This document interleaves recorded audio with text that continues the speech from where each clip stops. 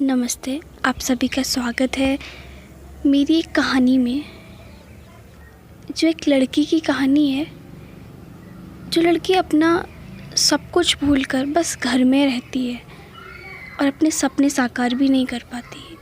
अपने साथियों द्वारा, अपनों के द्वारा उसी बंधन में बंधकर रह जाती है।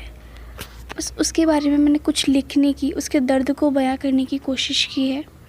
आप सुनिएगा। उड़ती पतंग सी थी वो, उड़ती पतंग सी थी वो, उड़ रही वो आसमान में। उड़ती पतंग सी थी वो, उड़ रही वो आसमान में। डोर अपनों के हाथों में है, यह भूल गई थी वो। उड़ती पतंग सी थी वो, उड़ रही वो आसमान में। डोर अपनों के हाथों में है, यह भूल गई थी वो। थमी खड़ी रही आसमान में, थमी खड़ी रही आसमान में, अपने साथियों द्वारा काट दी गई थी वो। थमी खड़ी रही आसमान में, अपने साथियों द्वारा काट दी गई थी वो। खामोश वो अक्सर रहती थी, खामोश वो अक्सर रहती थी, क्योंकि सच बोलती थी वो। खामोश वो अक्सर रहती थी, क्योंकि सच बोलती थी वो। घर था बड़ा भले ही, घर था उसका बड़ा भले ही, पर अक्सर कोना कोसती थी वो। घर था उसका बड़ा भले ही, पर अक्सर कोना कोसती थी वो। जिसे पलकों में पाला था कभी, जिसे पलकों में पाला था कभी, अब सबकी नज़रों में खटकती थी वो। जिसे पलकों में पाला था कभी, अब वो सबकी नज़रों में खटकती थी वो।